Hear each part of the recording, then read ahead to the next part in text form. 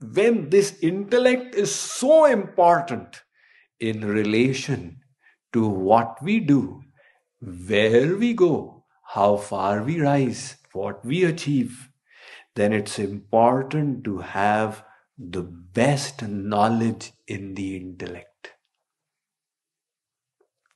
However, our intellect is material. And because it is material, it has got inherent defects that are crippling our progress on the path. These inherent defects, Maharshi Patanjali in the Yoga Darshan, he called it Panchaklesh. Avidya, Asmita, Raga, Dvesh, Abhinivesh. However, Maharshi Patanjali also, he refers to it in a different way, and in the Bhagavatam Ved Vyas, he also says that in the materially conditioned state, our intellect has got reversed. And he calls this Viparyay. Viparyay means reversal of the intellect. Anitya natma dukkheshu viparyaya matirhyaham. What is the reversal of the intellect that has taken place? First point, the anitya things, we are seeing them as nitya. The people whom we are going to leave one day, the objects that we are going to leave for when we go on our final yatra, these are all temporarily connected to us, but we are not considering that. Our intellect says, this is mine, he is mine, she is mine, they will always be mine. Now that is what the saints remind us again and again, that you are going to go alone, nothing is going to go with you. As one Kavi said, Dunya mein khoob kamaya.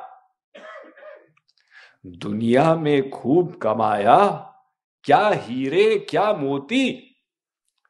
Kya kare yaro, kafan mein jeb nahi hoti.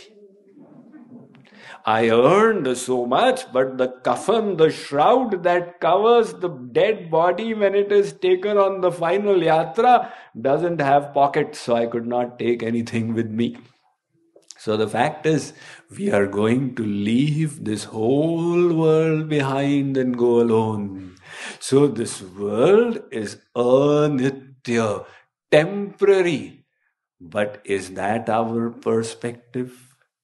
We are giving it so much of importance because of the viparyay of our intellect. The reversal. And the saints tell us, Kripaluji Maharaj says, Jag mein raho aise Govind Radhe Dharmashala mein yatri rahe jo bata de. He says, live in this world like a yatri traveler lives in the dharmashala or a motel, for example. So if you go to live in a motel, let us say that you have gone to Las Vegas and you are spending one night in the motel. Are you concerned? You know, the shade of the paint on the walls is not the best possible. Let me see what can I do to get a better shade on the walls. And there's a stitch that has come off from the curtain. Let me call them to get it mended. You care nothing for it. You know, it's all temporary. Tomorrow morning, I'm going to leave it all behind. How does it matter? I just have to pass this one night. So the saints tell us that you live in this world with that same attitude of the intellect. In fact, Akbar, when he made his Fatehpur Sikri, his new capital, he put a quotation there, which some people say he got it from some Christian missionary. The quotation is, "The world is like a bridge. Cross over it, but build no house on it." But we want to build bigger houses. What about the house within? That is the one that's going to go along. The material treasure will be left behind. What will go with us is the spiritual treasures we have earned. How much of your time are you allotting to earning spiritual wealth? And how much of your time are you allotting to your material comforts and adjustments of your material situation? Compare, and you will realize how defective our intellect is. So, anitya, we have taken the temporary world as eternal.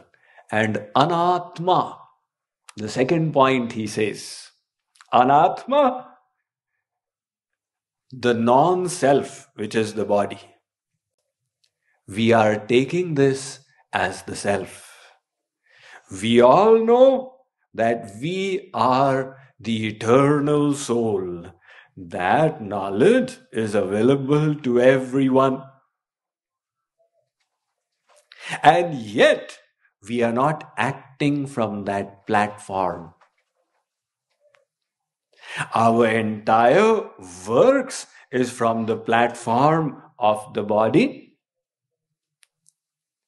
That is why, supposing you tell somebody, you must have informed your friends and relatives that Swamiji's satsang has begun.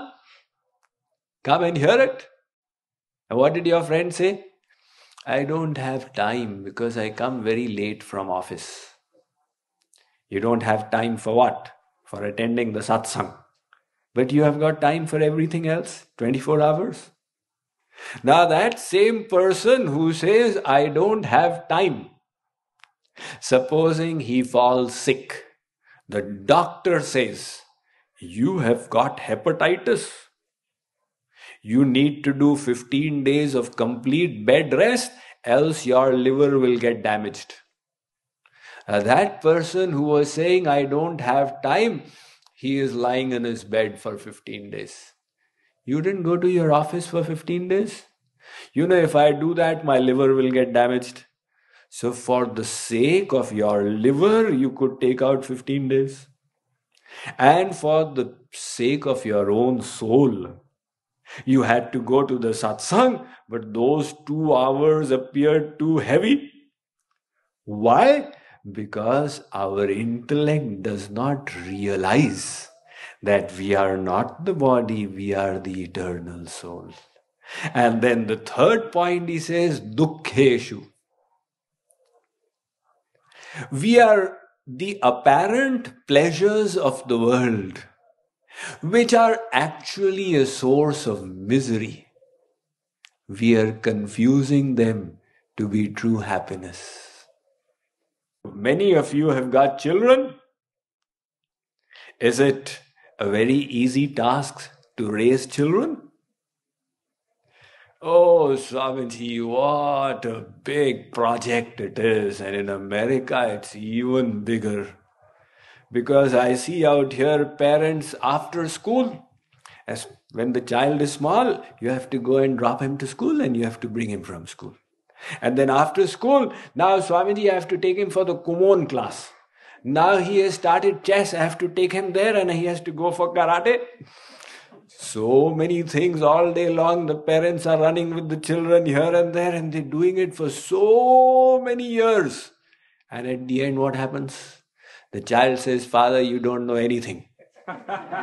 Or the daughter-in-law comes and she says, you are not supposed to love your parents so much, you have to love me.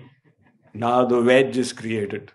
And the only reciprocation the parents get from the child is that on Father's Day they receive a card in America. Happy Father's Day. My duty is over. So was there any real pleasure there? But the confusion was, oh, this is real happiness. If only I can have a child, I'll be so happy. So Ved Vyas says, this is the viparyaya of our intellect. That the dukh of this world, we are confusing it to be sukh. So now our intellect is defective. If we lead our life on the basis of our intellect, will we succeed in reaching the divine goal? No. In that situation, we need help from a higher intellect. You take help in the world as well. If you have been sued in some accident, car accident, now you don't know any law. Your knowledge of law is zero. So you go to an advocate. The advocate says, don't worry, I have understood the case. Now, if that opposing advocate asks you this question, you give this answer. If he asks this question, give this answer. For anything else, keep quiet. Now, he is working according to the intellect of the advocate. And he succeeds, he wins the case. The other advocate says, this person is pakka, I could not budge him from his stance. So, how did that person succeed? By taking help of a higher intellect. Same way in the spiritual realm as well. That is the advice given to us. Don't rely on your intellect. That intellect has got viparyaya.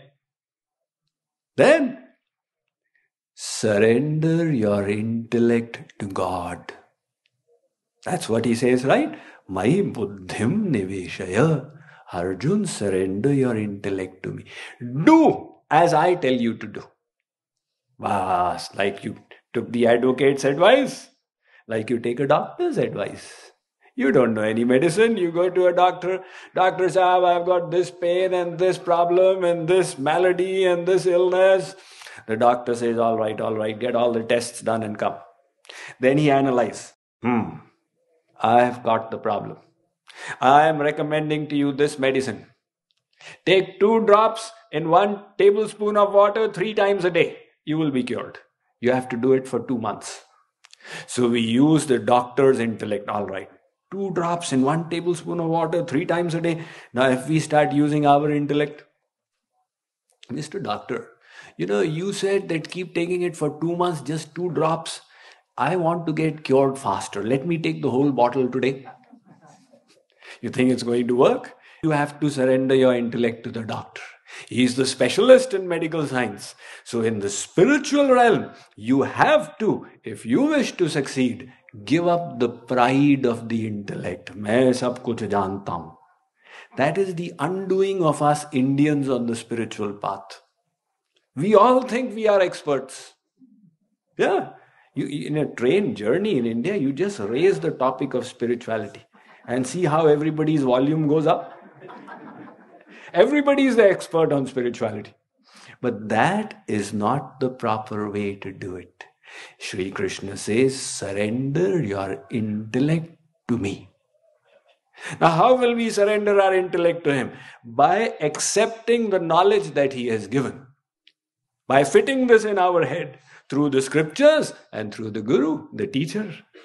So when we guide our life in accordance with the teachings of the scriptures and the Guru, then we have surrendered our intellect.